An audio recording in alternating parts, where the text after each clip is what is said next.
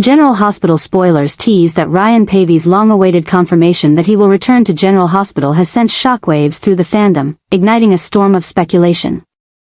Emotional chaos, and narrative suspense that promises to upend the very foundations of Port Charles.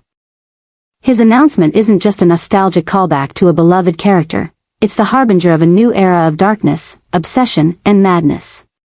The timing of Nathan West's return, coinciding with the mysterious reappearance of Britt Westbourne, his sister on screen, isn't a coincidence, it's a calculated narrative eruption that threatens to dismantle everything familiar. The ghosts of the past are no longer content to linger in silence, they're stepping forward to reclaim their place in the present. And with Nathan back, whether as a living man, a ghost, a hallucination, or something even more sinister, the line between reality and delusion is about to shatter completely. Nathan West was once the moral anchor of General Hospital, a heroic, honorable, and deeply loved detective whose death was both tragic and transformative. Shot in a brutal confrontation with his father, Caesar Faison, Nathan's death created irreversible trauma for Maxie, Britt, and countless others. Now, years later, the very notion of his return pulls at the frayed edges of those unresolved emotions. Maxie, now entangled with Damien Spinelli and desperate to hold her life together for the sake of her children, may find her entire emotional structure collapsing beneath her if Nathan appears, especially if he's not the same man she lost. And Britt, a character already enveloped in layers of mystery and ambiguity, could be forced to confront not only her brother's potential resurrection but the weight of every secret she's buried since his death. What makes this return even more disturbing is that it doesn't appear rooted in warmth or reconciliation. This is not the triumphant return of a fallen hero welcomed with open arms. This is the ominous reawakening of trauma, secrets, and psychological warfare. If Britt's return involves resurrection through dark experimentation, like genetic cloning, cryogenics, or stolen embryo programs, then Nathan's return might not be natural at all. He could be a product of manipulation, a vessel of someone else's agenda, or even a trap designed to destroy from within. If Nathan was brought back by the same shadowy forces that manipulated characters like Peter August or Victor Cassadine, then his return may be the opening move in a much broader campaign to seize emotional and strategic control over Port Charles. Maxie's psyche has never fully healed. She mourned Nathan, built a new life, and buried the pain beneath layers of denial and distraction. His reappearance could pull her back into a spiral of guilt, longing, and confusion. Every conversation, every touch, every memory could feel like a cruel trick from the universe, or worse, a test of her sanity. And if Nathan appears to her alone at first, perhaps as a vision or in fragmented hallucinations, it could raise the terrifying possibility that Maxie herself is unraveling. Is he real? Is he a ghost? Or has Maxie lost her grip on reality in the wake of mounting stress and buried grief? Britt's situation is no less intense. Having disappeared under mysterious circumstances, her return alone is enough to ignite controversy. But with her back in the picture at the same time as Nathan, the questions multiply. Are the two linked through some experimental program? Was Britt forced into hiding while Nathan was being reconstructed? Did someone extract DNA from both siblings to build replicas? Could Nathan's return tie into the unexplained events surrounding Gio, the child whose biological parentage has long been under question? There are rumors connecting Britt to the stolen embryo storyline, which now entangles Rocco and Gio. If Nathan is tied to that, then his return doesn't just affect Maxie and Britt, it rewrites the entire generational lineage of Port Charles. Adding to the suspense is the possibility that Nathan's return could be weaponized by outside players. Could someone like Victor have cloned him and set him loose to destabilize Maxie or Britt? Could Drew or even Sidwell use Nathan as a pawn to manipulate emotional outcomes in the ongoing custody battles, medical experiments, or inheritance wars? Could Nathan be used to lure Jason into emotional vulnerability, especially as Jason navigates his complex loyalties to Britt, Carly, and Sunny? And what if Nathan isn't just a ghost or a man reborn? What if he's been alive this whole time, captured, brainwashed, or hidden away until now? A twisted pawn released back into the world with no memory of who he truly is. Programmed to dismantle the lives he once cherished. This darker version of Nathan could be the ultimate betrayal, a haunting reminder that sometimes the people we love return as strangers. The atmosphere in Port Charles is already thick with dread. Sasha is unraveling. Britt's re-entry threatens Cody's standing. Jason is vulnerable and divided. Maxie is hanging by an emotional thread. Adding Nathan to the mix is like lighting a match in a room soaked in gasoline. His presence could tear alliances apart, resurrect grudges long buried, and expose secrets that were never meant to see the light of day. And perhaps most disturbing of all is the lingering question, is this even the real Nathan? Or has someone perfected the ultimate illusion, resurrecting a hero not for closure, but for control? A puppet in the hands of a master manipulator, an emotional grenade disguised as salvation. As viewers prepare themselves for this emotionally charged storm, one thing is certain, the return of Ryan Paevey as Nathan West will not be quiet, simple, or pure. It will be thunderous. It will be twisted. And it will test the hearts, minds, and souls of everyone it touches. The past is no longer buried. It's clawing its way back, and it's wearing Nathan's face. Maxie is standing at the edge of an emotional implosion, a precipice she never imagined she'd be facing again, not after everything she has already survived. The reawakening of unresolved grief. The subtle unraveling of her relationship with Spinelli. And the unrelenting weight of recent events are converging into a storm that threatens to destroy the delicate equilibrium she has fought so hard to maintain. 4 months. She has tried to convince herself that stability was finally within reach, that the chapter filled with loss, regret, and heartbreak was behind her. But the reality that's beginning to reveal itself is much darker and more destabilizing than anything she has prepared for, and it's growing harder to ignore with each passing day. Spinelli, once her lighthouse in the fog, is now a man she barely recognizes. His quirky charm, which once grounded her through the chaos, has become infrequent and forced. His gentle optimism, a balm during her darkest moments, has been replaced by strained silences and nervous evasions. He is hiding something. Maxie feels it in the spaces between their words, in the late-night absences, and in the heaviness that now sits between them like an unspoken confession. She wants to believe that it's just work pressure, that the genius tech wizard is simply overwhelmed. But deep down she knows it's more than that. Spinelli isn't just tired, he's terrified. And if Spinelli is afraid, then she has every reason to be terrified too. Compounding the confusion is the emotional aftershock triggered by the whispered rumors of Nathan's spiritual presence. Whether it's the ghost of a memory, a supernatural echo, or something more metaphysical, the idea that Nathan is somehow lingering, especially now that Britt has returned, has ripped open wounds Maxie believed had scarred over. She loved Nathan with a purity that defied reason. His loss wasn't just a romantic tragedy, it was a trauma that fundamentally altered the way she loved, trusted, and survived. Spinelli knew this. He stepped into her life as a healer, not a replacement. But now that Nathan's name is resurfacing, tied to an eerie narrative of spiritual reckoning and emotional resurrection, Maxie's heart is once again fractured between the past she buried and the future she's trying to build. And the future itself is uncertain. Britt's return has unleashed a cascade of destabilizing events, shifting alliances, reawakened secrets, and a renewed focus on long-abandoned betrayals. Port Charles is buzzing with speculation. And Maxie can't help but feel that she's standing in the center of it all, a ticking time bomb in human form. Her children, her career, her friendships, they all feel like glass figurines resting on a table that's beginning to shake. She wants to scream for help, to shake Spinelli and demand answers. To fall into someone's arms and confess that she's barely holding it together. But she can't. Because Maxie has always been the girl who survives. Who pushes forward. Who never lets herself fall apart.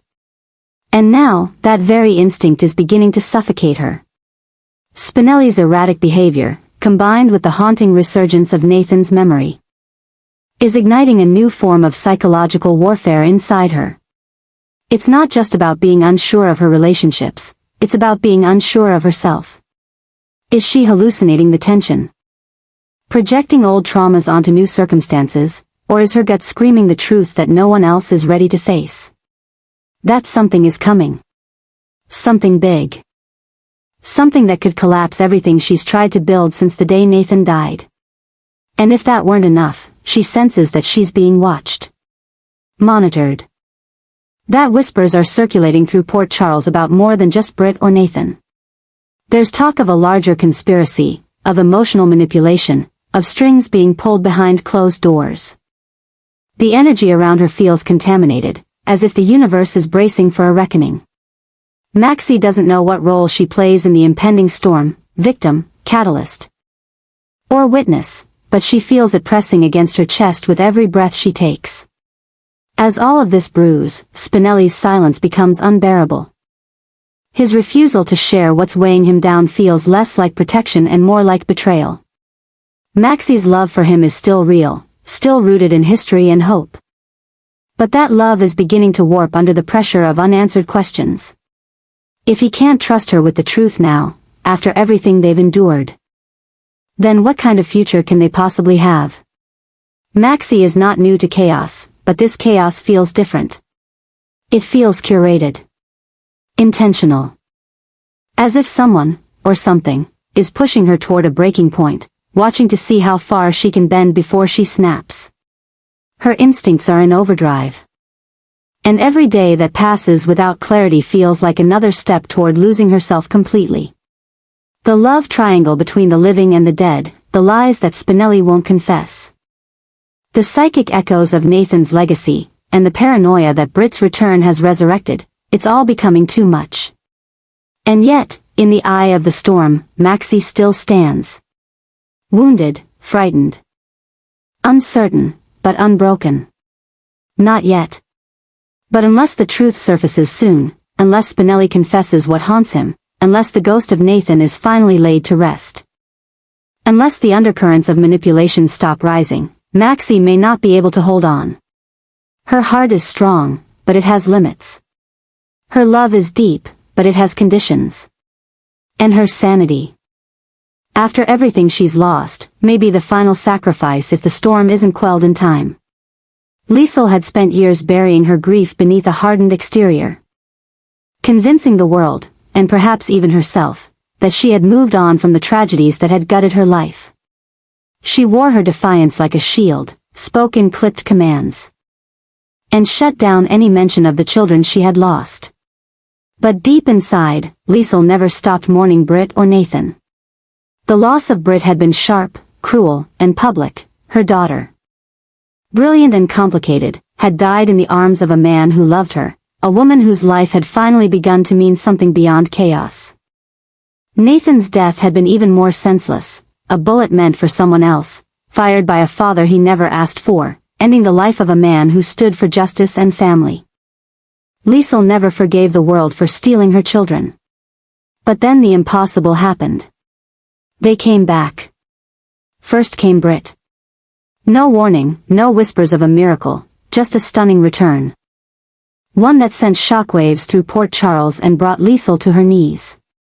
To hold her daughter again was like touching a ghost, a dream pulled from a grave. It reignited something in Liesel, love. Yes, but also fury. Why had they lied? Who had kept Britt from her? Who had orchestrated her fake death? But those questions were quickly pushed aside by relief. Britt was alive. She could be held. Protected, fought for. Liesel vowed never to lose her again. But before Liesel could fully anchor herself in this newfound joy, a second shock rippled through her world, Nathan. She was told he had returned, that he had been seen near the Quartermain estate, that his voice had echoed from the docks late at night. Liesel didn't believe it at first. She couldn't. It was too cruel to hope twice. But then she saw him. And every wall she had built crumbled. It looked like him. The walk, the tilt of the head. Even the subtle half-smile that once brought calm to Maxie during their worst arguments. But it wasn't just Nathan's features that returned, it was something haunted in his eyes. Something broken and unfinished. At first Liesel thought it was trauma. Surely someone who had returned from death would carry emotional scars. But there was more. Nathan didn't recognize familiar places. He asked questions that didn't make sense. He avoided Britt, as though their connection frightened him. He spoke of voices in his head. Of memories that didn't belong to him. And most disturbingly, he stared into Liesel's eyes as if trying to remember her. Still, Liesel refused to let go. She adjusted to his odd behavior, made excuses. Shielded him from questions. She told herself it was her duty as a mother to give him time. But behind closed doors, she was unraveling. Nathan's presence began to erode her grip on reality. Her house became a maze of locked doors and drawn curtains. She began researching neurological conditions, trauma-induced delusions, even supernatural phenomena. And yet, no explanation could fully account for the dread she felt. Because whatever this was, whatever Nathan had become, it was beginning to influence her thoughts. Britt watched in horror as Liesel slipped into obsession. She saw her mother change, growing more erratic, more paranoid. Liesel became convinced that Nathan was being watched by unseen enemies. That his resurrection had triggered something cosmic, something ancient and uncontrollable. She kept journals, drew diagrams.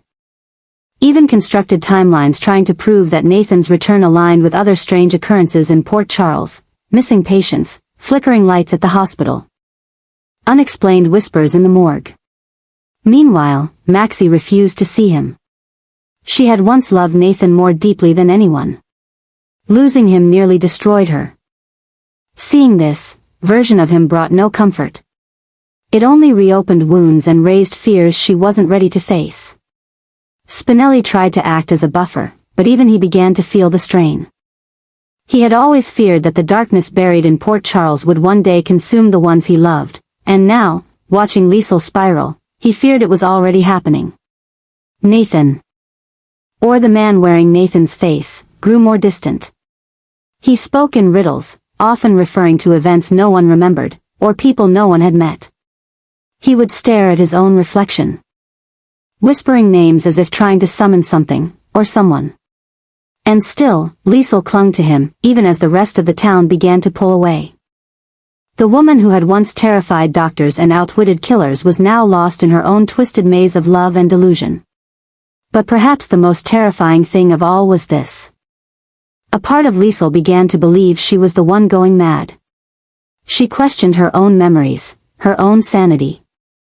She wondered if Nathan had ever truly returned, or if grief had finally broken her mind and conjured a phantom too real to dismiss. She stopped trusting her own senses. Began to fear the sound of footsteps behind her, the flicker of shadows in Nathan's room. And as her paranoia deepened, so did the isolation. Britt tried to intervene, but Liesel refused help. She screamed that no one understood, that this was her second chance to save her children, to be the mother she had failed to be. But in that desperate plea was an undeniable truth. Liesel wasn't just trying to save Nathan. She was trying to save herself, from guilt, from regret, from the silence that had consumed her for too long.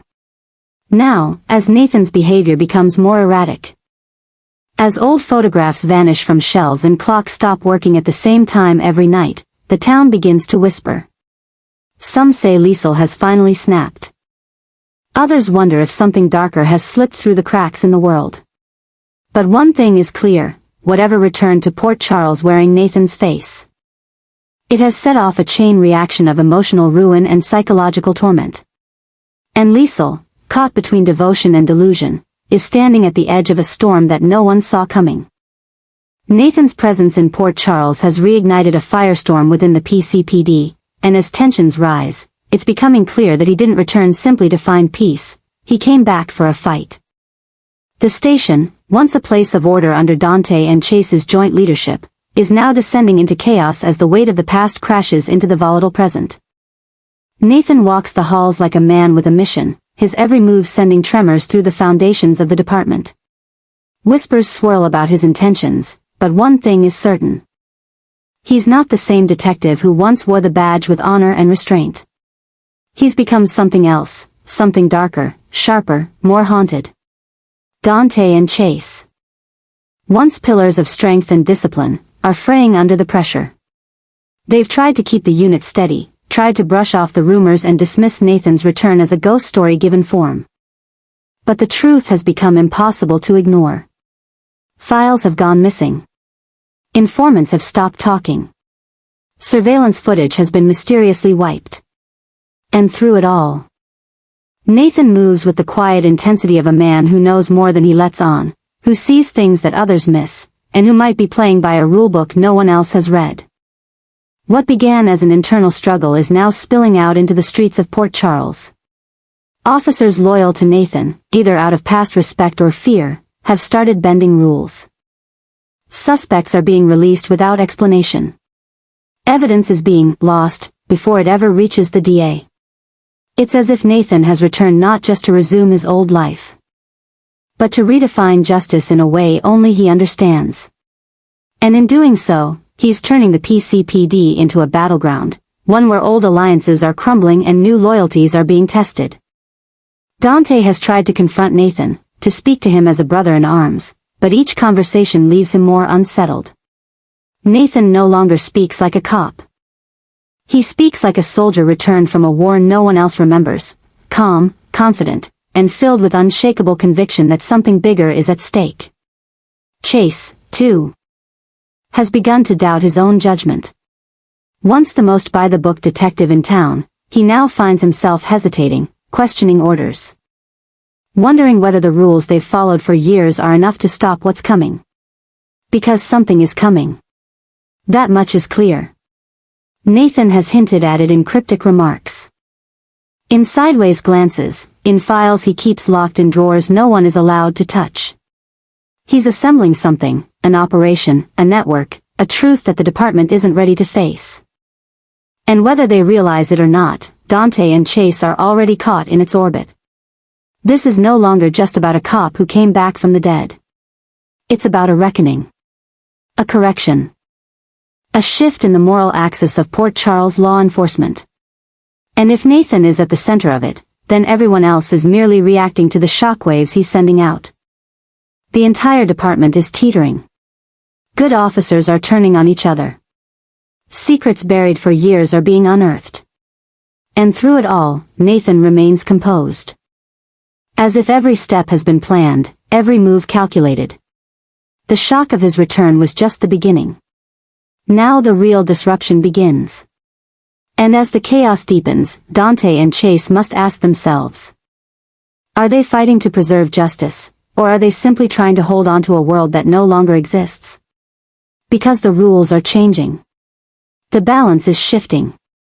And Nathan, whether ghost or man, hero or vigilante, may be the one rewriting the future of the PCPD, and possibly the entire city.